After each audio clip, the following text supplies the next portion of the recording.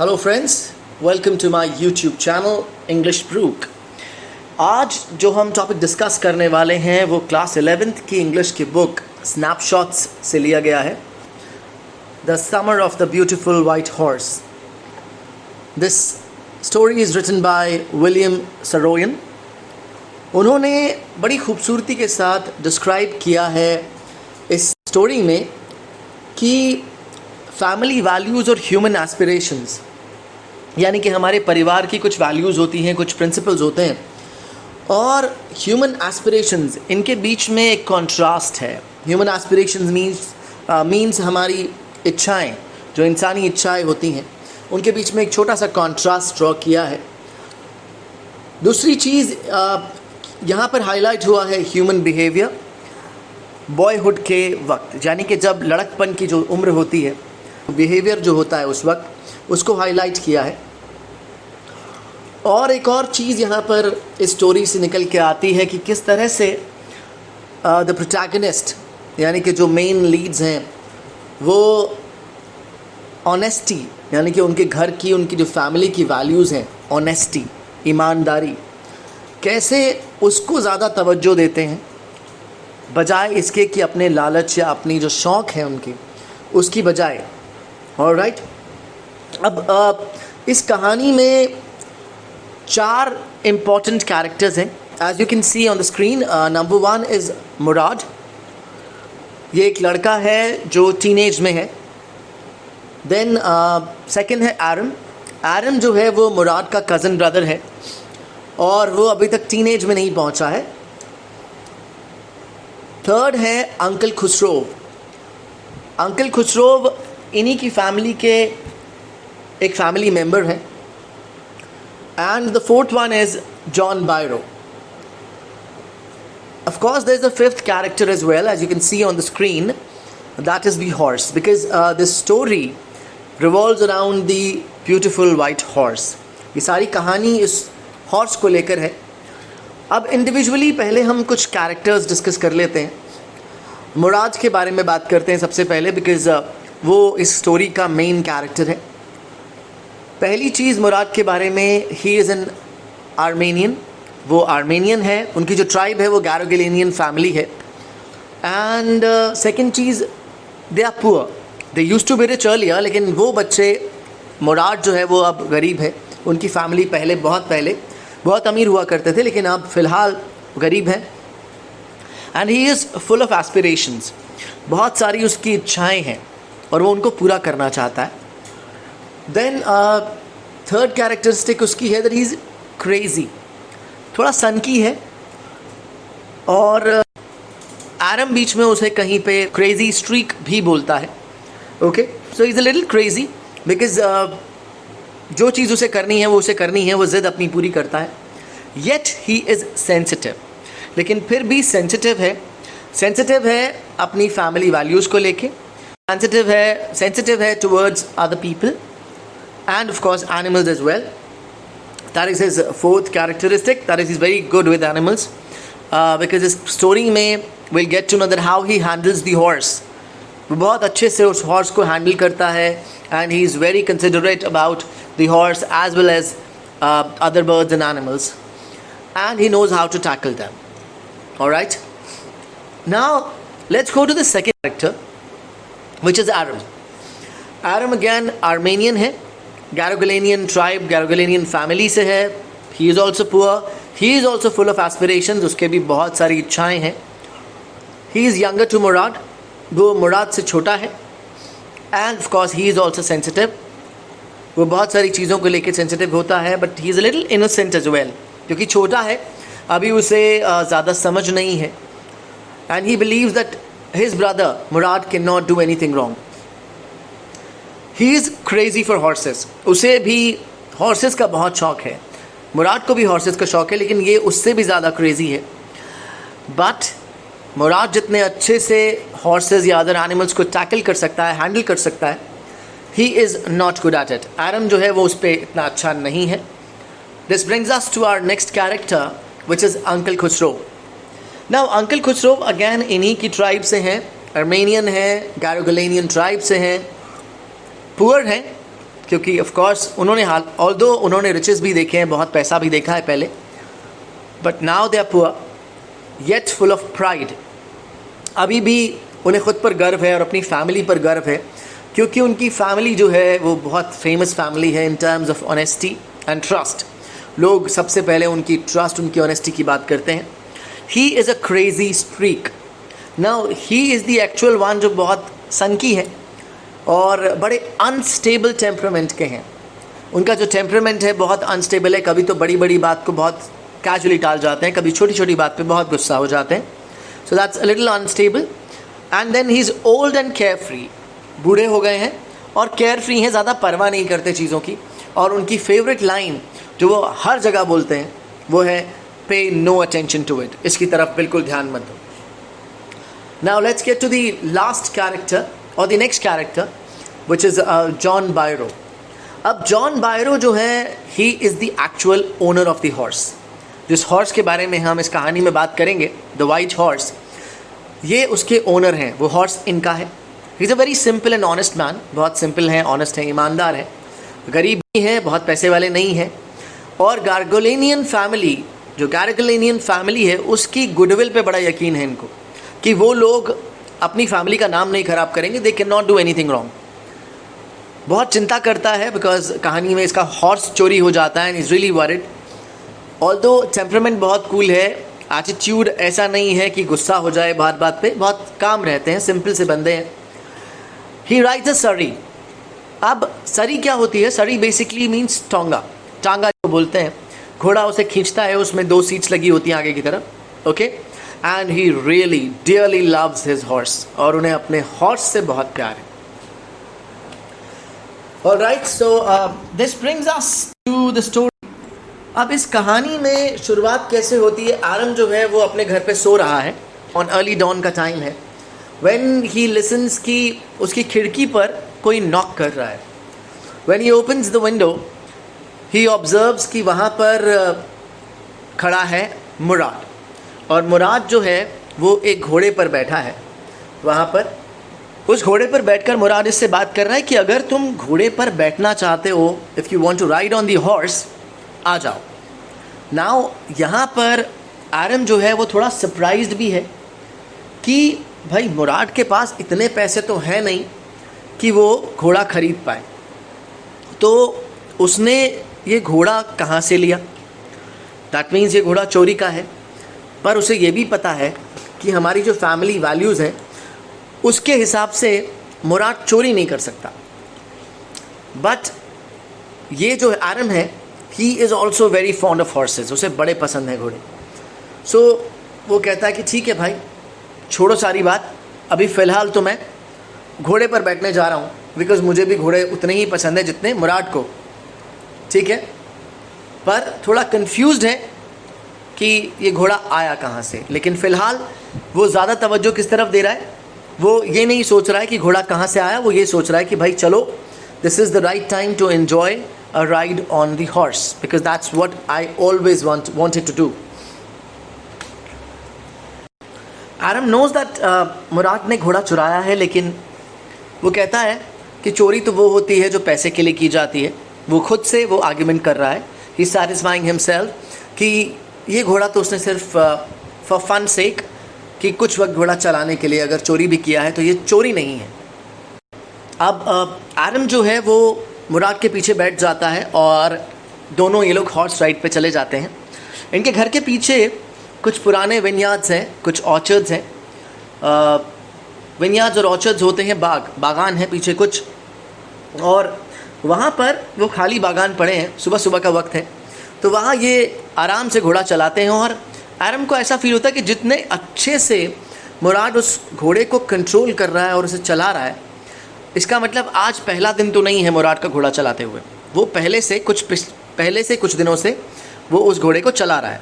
यहाँ पर आरम जो है वो पूछता है मुराद से कि तुम काफ़ी टाइम से इस घोड़े को चला रहे हो ना? तो मुराद कहता नहीं आज सुबह से। तो he again looks at Mourad and says तुम झूठ बोल रहे हो। तो मुराद कहता है ऑफ कोर्स मैं झूठ बोल रहा हूँ, मैं कुछ वक्त से चला रहा हूँ, लेकिन शुरू में ये जो घोड़ा था ये इसी तरह से वाइल्ड होना चाहता है, जंगली की तरह बिहेव करता है, कंट्रोल में नहीं आता, लेकिन आई have a way with horses कि मेरा अपना तरीका है, मैं इन्हें हैंडल कर लेता हूँ. This is again an important line that Mourad says, I have a way with the horses. Now here Adam says that Mourad जो है वो he is one of the craziest person in our family. और yet second to uncle Khosrove. Uncle Khosrove सबसे ज़्यादा crazy हैं, लेकिन उनके बाद अगर कोई क्रेज़ी है तो वो है मुराद. वो घोड़ा जैसे ही चलना शुरू करता है, दौड़ना शुरू करता है, मुराद ज़ोर ज़ोर से गाने गाना शुरू कर देता है, as if he is roaring, चिल्लाना शुरू कर देता है गाते हुए, that he is enjoying the ride. वो पूरा आनंद ले रहा है, पूरा मज़ा ले रहा है उस राइड का. अब यहाँ पर एडम जो है वो मुराद और अंकल खुसरो के बीच में कुछ कॉमनैलिटीज़ ड्रॉ करता है कि अंकल खुसरो का डिसेंडेंट है मुराद. दैट मीन्स सेम वैसा ही है जैसे अंकल खुसरो है. अब अंकल खुसरो कैसे हैं? अंकल खुसरो एक थोड़े बूढ़े और ज़िद्दी किस्म के इंसान हैं जो बात बात पर इरिटेट हो जाते हैं, बात बात पर गुस्सा हो जाते हैं और इम्पेशेंट हैं. उनमें ज़रा भी सब्र नहीं है और कभी भी किसी पर भी बिना किसी बात के चिल्लाना शुरू कर देते हैं. और उनकी कुछ फेवरेट डायलॉग्स हैं जैसे, इट इज़ नो हार्म, पे नो अटेंशन टू इट. कोई भी अपनी कोई भी परेशानी उनको बताता है तो ही सेज कि इट इज़ नो हार्म, पे नो अटेंशन टू इट, कि कोई फ़र्क नहीं पड़ता, इसकी तरफ कोई ध्यान मत दो.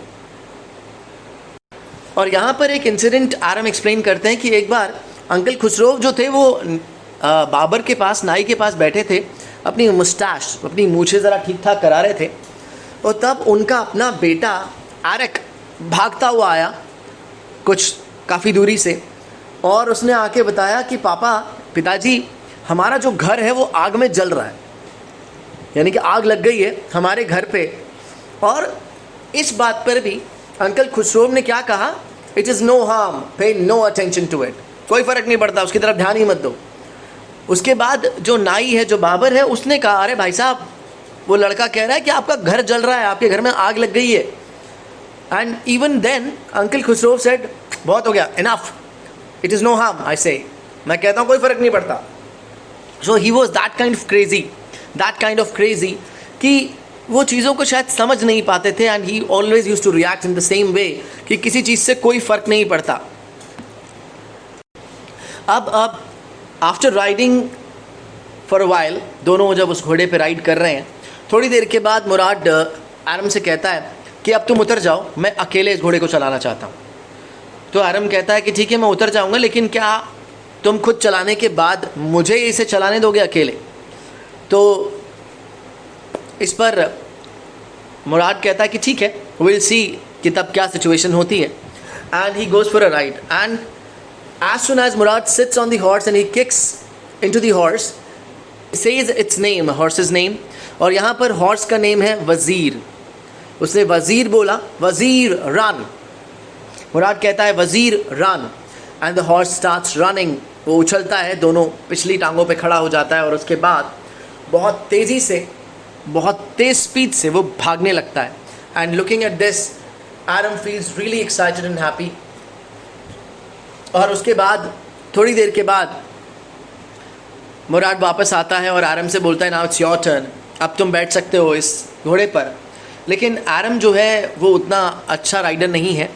As soon as Aram sits on the horse, और वो कोशिश करता है उसे चलाने की, जैसे ही घोड़ा जो है वो थोड़ी दूर चलता है और उसके बाद आरम को फेंक देता है, नीचे गिरा देता है एंड रन्स अवे.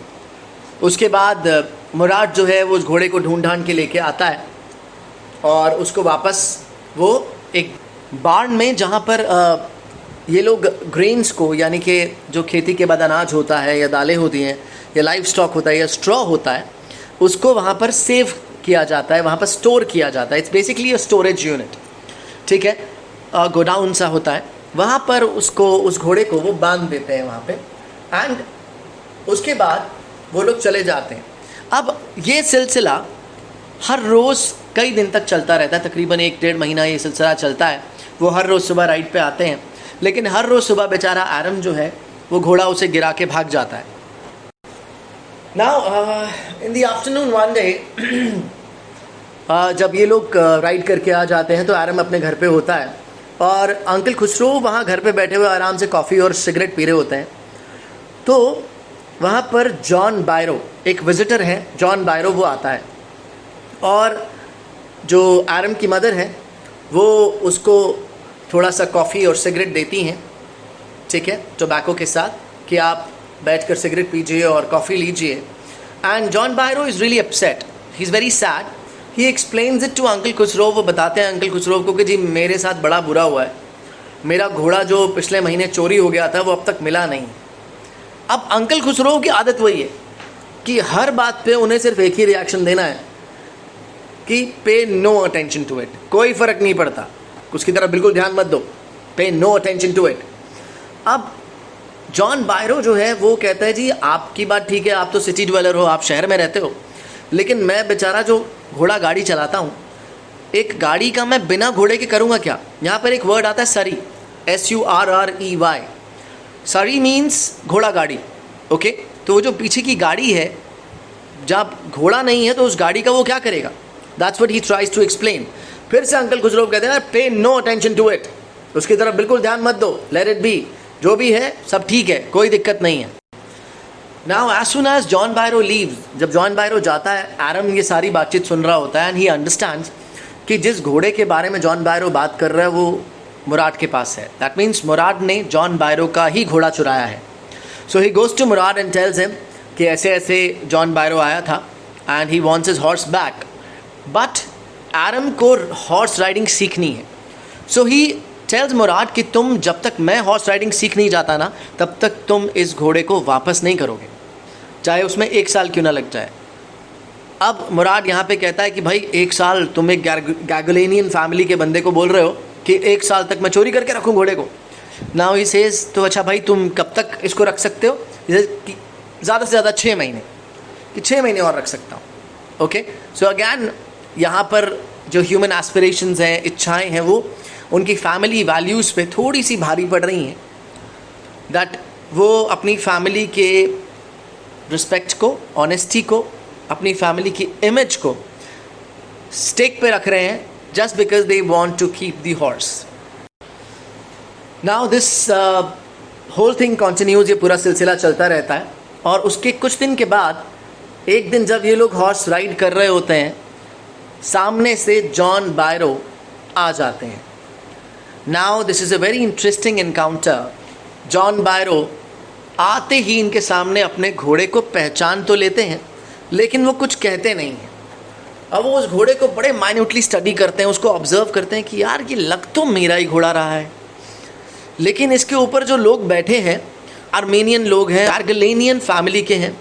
और गार्गलेनियन फैमिली की इमेज इतनी फेमस है कि वो कुछ भी हो जाए वो अपनी ऑनेस्टी नहीं छोड़ते, अपनी ईमानदारी नहीं छोड़ते, और झूठ नहीं बोल सकते, और चोरी करना तो बहुत ही दूर की बात है. तो वो कहता है भैया ये क्या चक्कर है. लेकिन फिर भी वो उस घोड़े को ऑब्जर्व करते हैं अच्छे से, उसका मुंह तक चेक करते हैं और टूथ बाय टूथ, यानी कि उसका हर एक दांत सब चेक करते हैं. बोलते हैं भैया ये है तो मेरा ही घोड़ा. लेकिन क्योंकि इस पर मुराद और एरम बैठे हैं जिनकी फैमिली मशहूर है कि वो बड़े ईमानदार लोग हैं, वो बेईमानी नहीं करेंगे, चोरी नहीं करेंगे, तो वो कहता है कि ये जो घोड़ा है ना, ये हूबहू मेरे घोड़े जैसा मिलता है. ये हो सकता है उसका कोई ट्विन हो, यानी कि उसका कोई रेप्लिका हो, सेम वैसा है. और कहता है कि अगर ये तुम्हारी फैमिली की बात नहीं होती, अगर ये तुम नहीं होते, तो मैं पक्का मान लेता और पक्का ये बात कह देता कि ये मेरा ही घोड़ा है. लेकिन क्योंकि ये तुम्हारी फैमिली है और उसकी रेपुटेशन, उसकी इमेज ऐसी है कि वो झूठ नहीं बोलते, तो मैं कह सकता हूँ ये घोड़ा मेरा नहीं है, ये उसका ट्विन है, उसका कोई रेप्लिका है, सेम उसके जैसा दिखने वाला, हूबहू वैसा ही दूसरा घोड़ा है. अब यहाँ पर Mourad feels a change of heart, उसका सोच बदल जाती है उसकी यहाँ पर. और वो अगले दिन सुबह ये दोनों, मुराद और एरम, जाकर उस घोड़े को वापस जॉन बायरो के फार्म में बांध आते हैं चुपचाप. अब यहाँ पर हॉर्स को फाइनल गुड बाय बोलने से पहले मुराद जो है वो उसके गले में हाथ डालता है और उससे इस तरह से बात करता है कि उसकी अपनी नाक जो है वो घोड़े की नाक पर रखता है, as if is trying to communicate with the horse, and as if वो ये उसको बोल रहा है कि I am going to miss you and it was really nice being friends with you. और वो उसके घोड़े के साथ जो उसका बॉन्ड है वो उसे और स्ट्रॉन्ग कर रहा है. एंड उसी दिन दोपहर में जॉन बायरो जो है वो एरम के घर पे आता है और एरम की मदर को दिखाता है कि देखो मेरा घोड़ा मिल गया, ये वही घोड़ा है जो चोरी हो गया था, लेकिन एक चीज़ इसमें बदल गई है कि ये पहले से ज़्यादा तगड़ा हो गया है, स्ट्रांग हो गया है और बेटर टेम्पर्ड हो गया है. That means this horse is better tempered now, अच्छे से बिहेव कर रहा है. पहले जो थोड़ा सा जंगली था, लेकिन अब ये ज़्यादा वेल बिहेव्ड हो गया है, अच्छे से मैनर्स में रह रहा है. और यहाँ पर फिर से अंकल खुसरो जो बैठे हुए हैं इरिटेट होके चीखते हैं कि चुप हो जाओ, तुम्हारा घोड़ा वापस आ गया ना, पे नो अटेंशन टू इट, उसकी तरफ बिल्कुल ध्यान मत दो. And this is where the story ends. And now let's discuss a couple of important questions from the chapter. The first question that can be asked is, did the boys return the horse because they were conscience stricken or because they were afraid? उन दोनों लड़कों ने घोड़ा क्यों वापस कर दिया? क्योंकि वो conscience stricken हो गए थे या वो डर गए थे? That means उनकी अंतरात्मा जाग गई थी, that they were conscious about their family's reputation, या फिर वो डर गए थे. So यहाँ पर आंसर क्या हो सकता है?